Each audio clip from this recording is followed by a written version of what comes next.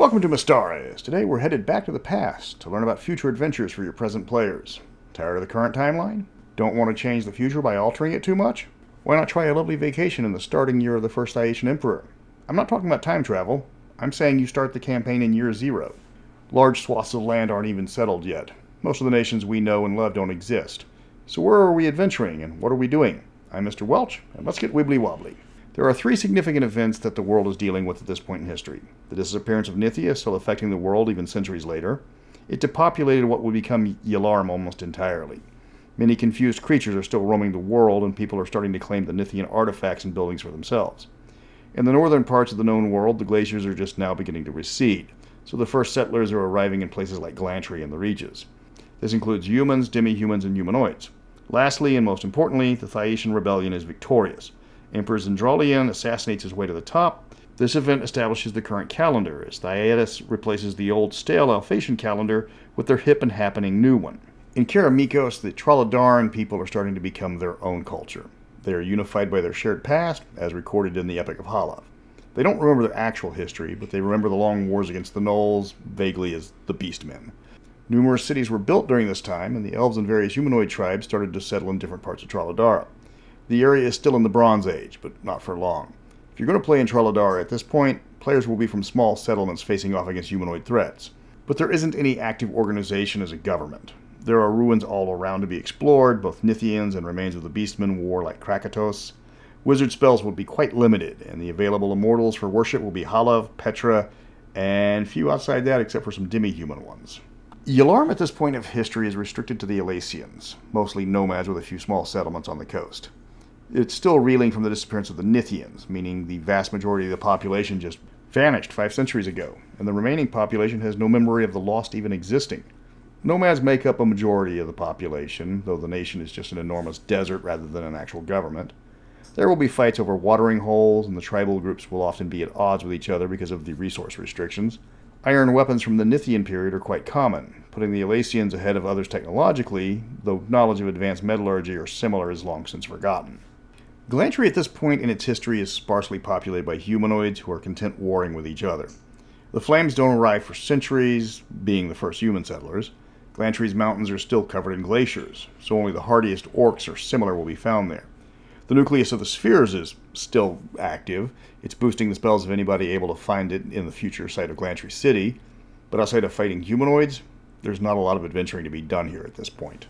In Irendi, the Makai people are happy living their lives without interference. By that, I mean the Nithians who conquered them are long gone, and the lizardmen who fought for control of the islands have been whisked away to the Hollow World. The islanders now are more militant, as they have to fight for control of islands from the hated Karakara, but there isn't much in the way of permanent structures yet. The Makai will be fishermen and farmers if they're not warriors, with few internal threats on their islands. They haven't encountered other nations yet outside some scattered settlements, so their merchants will largely just trade with other tribes, with the occasional outbreak of intertribal conflict. Alphheim has existed for 800 years now, and they have kept to themselves while the human tribes around them fought against the orcs for control of what would become Darokin. The elves rarely were directly involved in these fights unless the orcs encroached in their forest. Outside of the humans that would eventually become the first kings of Darokin, the elves avoided contact with the other human settlements, especially the Elassian nomads and all their annoying questions about what happened to all the rain. Still, the more adventurous elves might leave on their own to help the humans fight, especially as those who have grown close to the East Wind tribe of humans. Rockhome by this point is an established kingdom, possibly the oldest in the known world. This is also a unique time for the dwarves, as they've thrown down the rule of the incompetent and mad King Bolo I and established the Dwarven Senate. The current king is significantly weakened at this point in Rockhome's past. The dwarves have also set up trading routes with the nearby Elassians and are starting to colonize the known world looking for mineral wealth. The dwarves still don't like interfering with the outside nations, but they have built full-on cities while the humans are still in small settlements or largely nomadic. Rockhome society has become a bit stagnant, even for dwarves, because while the Senate gives all the clans a voice, it also limits the decisions because of the constant politicking it creates. In the northern reaches, the humans are spread out across the 3 future nations, hunted by giants and currently still few in number. They were conquered by the Nithians 1,000 years ago, but with their conquerors gone, the humans have started slowly to spread out. They're still in the Iron Age thanks to Nithian interference, however they won't become the feared raiders for several centuries. The future northern reaches are filled with various monsters, meaning those that fight the monsters will become heroes. Many of those heroes later achieve immortality. The humans' most significant threats right now were the giant tribes that infringe on their homes and the large number of kobolds that live in the fallen gnomish kingdom. The 5 shires have settled into their current system of government, with its sailors frequent visitors in coastal towns in Karamikos and Irendi. Hidden clan holds are spreading across the shires, though they keep any migration inside their borders. They have several friends at this point in history, but they're still distrustful of humans and their borders, and despise orcs and dwarves. During this point in history, the Hin have developed their love of nautical adventures. This is known as the Golden Years, as they have no obvious outside threats, and their homes and farms are peaceful and prosperous. Minrithad during this period was a divided elven nation. The water and wood elves aren't hostile to each other, but they're not swapping fruitcakes for the holidays either. Minrithad at this point has been an island chain for centuries, but they have no contact with humans or other races for several centuries. There's not going to be much adventuring here because the elves are loath to travel outside their waters. They haven't been introduced to the mercantile system by the Alphheimians yet, and they most certainly haven't thrown themselves entirely into the slave trade. They will be practicing that with some vigor in just a few hundred years. It's just elves sitting around cavorting in the wilderness with their little tree forts waiting for something to do. The Broken Lands are fully settled by this point, but the tribes are entirely disjointed. The last unifying war chief died in Rockhome centuries ago, so every tribe is out for itself now. They fight each other far more than crossing into other lands and attacking those guys. If you want to play in a humanoid campaign, you will be warring against other tribes for some time. The next big war chief is still centuries away. All gear will be crudely made or stolen. Most humanoids treat an ordinary iron sword as a magic item during this time in their history.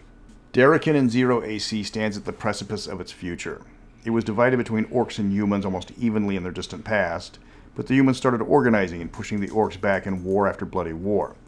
The Eastwind tribe was friendly with the elves of Alphheim and learned the secrets of smithing metal weapons and new types of magic.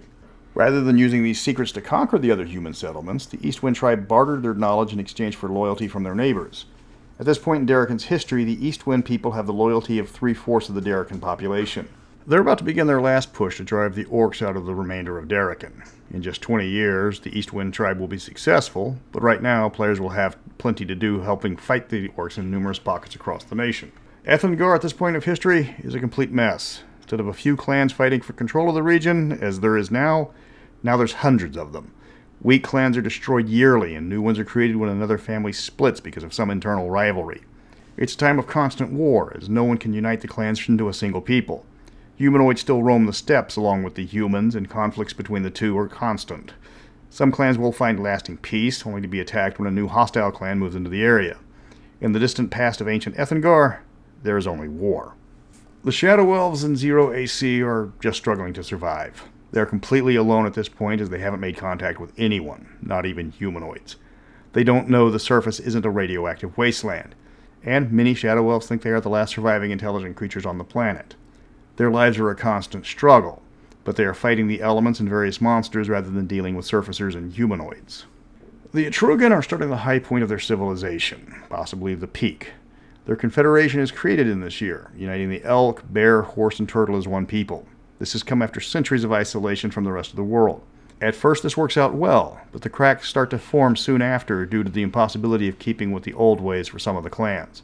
But for now, the Atrugan are one people, unified by a vision of their future. Then there's the Thyatian revolution. The Thyasians have assassinated their Alphheimian wizard overlords, and a terrible war rages across their land. Alphheim has a massive army, but their ranks are devastated by Zonga addiction, worse than at any other point in their history. King Licinius and the allied nations of the Pearl Islands and Ochelia finally get Alphheim to sue for peace. The kingdom of Thyatian is born. Then almost immediately the king is assassinated along with his allies, and Emperor Zentralian is crowned. The kingdom of Thyatian is dead. Long live the Empire of Thyatian. And this is where most of the adventuring will take place. Thyatian is a wild place, filled with established towns, and armed conflicts are still common. Many people aren't thrilled with their new emperor, but others believe that he will lead them into a new golden age. Alphheimians will be trying to flee Thyatian to the safety of their home, and large swaths of the nation are just a burning wreck. This is the perfect opportunity for characters to establish their legends, as this is one of the most pivotal moments in Mystaran history. Players can fight against their treacherous emperor, side with him, or head out as mercenaries to fight in conflicts across the land. That wraps up the 0 AC timeline. Some places are rather dull, others are the peak of excitement. Next week, in celebration of cracking 10,000 subscribers, I'm looking at the life and times of Etienne d'Amberville, the Wizard Prince of Glantri, with a surprise guest star. I'm only 100 subscribers away, so sign up if you haven't already. But until then, seriously, like and subscribe.